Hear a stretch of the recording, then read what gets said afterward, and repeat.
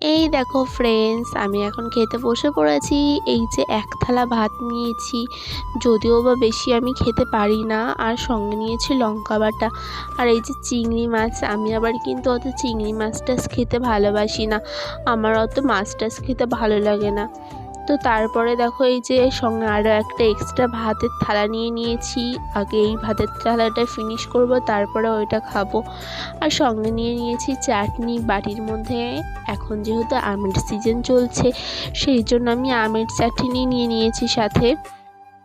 তো দেখো আমি কিন্তু খাওয়া শুরু করে দিয়েছি। আর এই যে হাতের মধ্যে রয়েছে নখ, তাহলে আমি যদি এখন 2 হাত দিয়ে না খাই তাহলে কি হয় বলো তো? আমাকে তো বেশি বেশি করে খেতে হবে। আমি যেহেতু অনেকটা রোগা, আমার একটু মোটা না হলে কি হয় তোমরাই বলো তো দেখি। এত রোগা, কি বলবো। সামনেই যেহেতু বৈশাখ মাস, জ্যৈষ্ঠ মাস চলে আসছে, ঝড়ের দিন আসছে।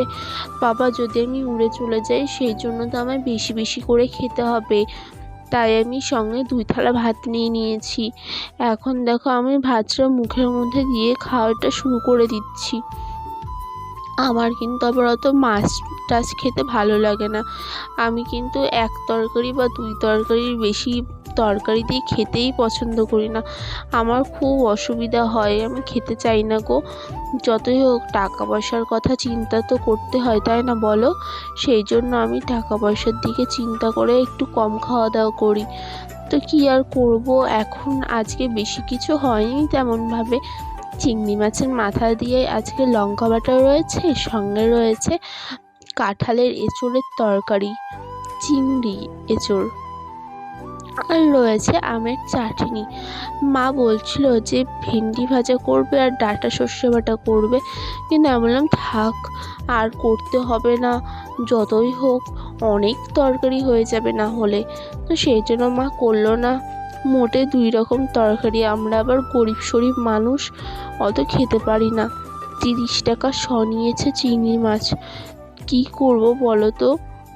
টাকা পয়সা নেই, তো সেই জন্য 30 টাকা শ দিয়ে চিংড়ি মাছ কিনে খাচ্ছি।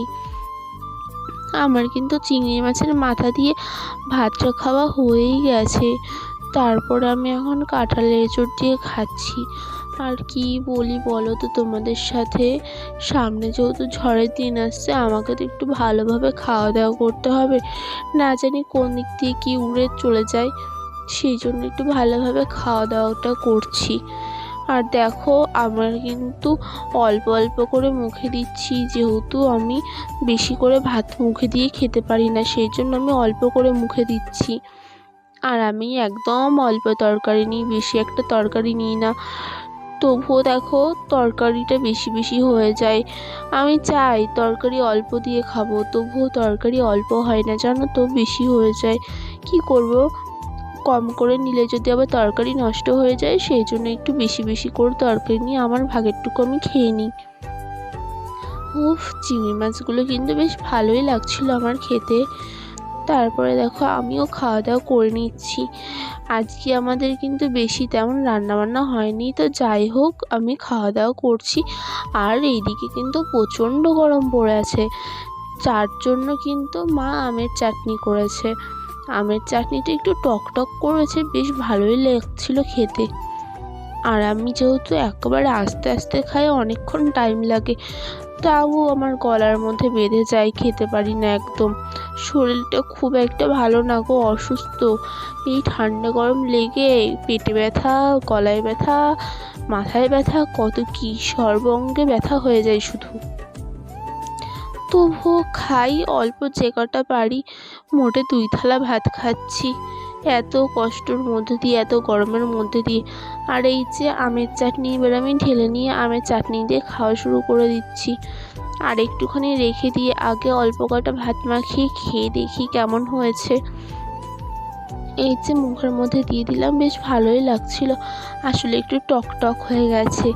আমি আবার বাবা অত টক টক খেতে পারি না, আমার অত টক খেতে ভালো লাগে না, সেই জন্য আমি অল্প করেই খাচ্ছি।